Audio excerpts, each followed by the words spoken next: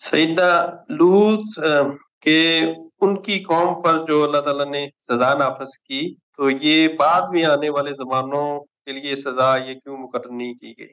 बाद में आने वाले जमानों से क्या मुराद है? कि बाद में भी लोगों ने अगर ये फेल किया हो हम जिन्स परस्ती का, तो उनको भी अल्लाह ताला ने इस तरह क्यों नहीं खत्म किया? ये तो इस फेल की सजा नहीं, सजा तो बुराइयों पर इसरार के बाद पैगंबर के इनकार की सजा दी जाती है।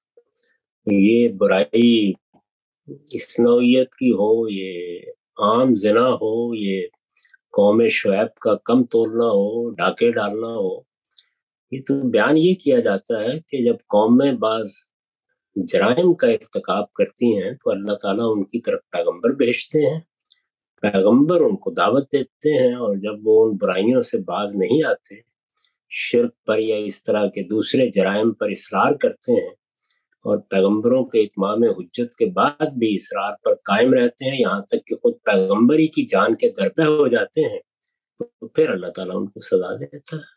तो ये मेरे नजदीक तो इस जुर्म की सजा नहीं है, कोई और जुर्म भी अगर उन्होंने किया होता तो यही सजा मिलती, चुनाचे कौम शुएब को भी यही सजा मिली है, इसी तरह कौम साले और कौम हूद को भी यही सजा। तो क्या इससे हम नतीजा अखज़ कर सकते हैं कि जो असल जुर्म होता है कि उस वक़्त के रसूल का इनकार होता है, चाहे वो जो भी बात कर रहा हो, तो बाकी सारे जो जुराइम है उसके अंडर आते हैं? ये जराइम के बगैर तो अल्लाह ताला रसूल क्यों भेजेंगे? यानी ऐसा तो नहीं कि एक साले कौम की तरफ भेज दिया जाए, जराइम ही कर रहे होंगे लोग तो भेजे जाएंगे। किसी के यहाँ कोई जुर्म होगा, किसी के यहाँ कोई दूसरा, और ये भी हो सकता है कि बाज कौमों के यहाँ 2, 3, 4 जराइम हो।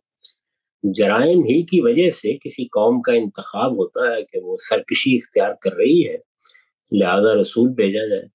लेकिन रसूल के आने के बाद उसका इनकार किया जाता है तो फिर सजा दुनिया में मिलती है, वरना तो आखिरत में मामला होगा। इस वक्त भी दुनिया में दसियों अक़वाम हैं जो बड़े जराइम का इर्तिकाब कर रही हैं, करती रही हैं।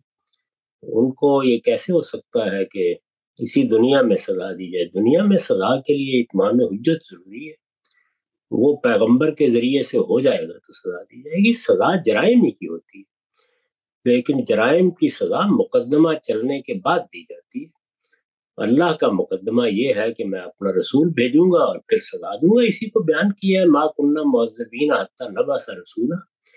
तो इनमें से कोई भी महज जराइम की सजा नहीं है, ये कहना चाहिए। इससे क्या ये नतीजा भी अखज़ किया जा सकता है कि जब कोई कौम अपनी इंतहाई पस्ती में गिर जाती है, तो उस वक़्त फिर अल्लाह का रसूल अल्लाह ताला भेजते हैं और ताकि इनके लिए फिर इसी दुनिया में फैसला हो जाए? जब तक अल्लाह ताला ने ज़ुर्रियत इब्राहीम में नबूवत को खास नहीं कर दिया, उस वक्त तक यही तरीका था। इसी को कुरान ने बयान भी किया है कि लिकुल्ल उम्मतिर रसूल, हर कौम में हम रसूल भेजते रहे हैं, और ये भी बता दिया है कि रसूलों के भेजने की वजह क्या हुई।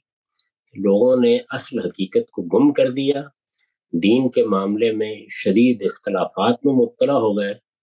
ये सब कुरान ने खुद बयान किया है, और सरकशी पैदा हो गई उनके अंदर। वो सरकशी का ज़हूर मुख्तलिफ कौमों में मुख्तलिफ सूरतों में हुआ है। किसी के यहाँ जिनसी जराइम में हुआ है, किसी के यहाँ माशी जराइम में हुआ है, किसी के यहाँ अकायदी जराइम में हुआ है। तो वो मुख्तलिफ होता रहता है, और अब भी हम दुनिया का जायजा लेते हैं तो इसी तरह की तफरीक या तनव्वुर नजर आता है। सलाहियतों में भी ये तनव्वुर है और जराइम में भी ऐसे ही। सैयदना इस्माइल की जो कौम थी जिनमें उनकी शादी हुई, उनमें कोई बुराइयां थी जिनकी तबलीग सैयदना इस्माइल ने की हो और उनके नतीजे में फिर उन्होंने इस्लाम कबूल कर लिया हो? इसकी कोई तफसीलात नहीं मिलती।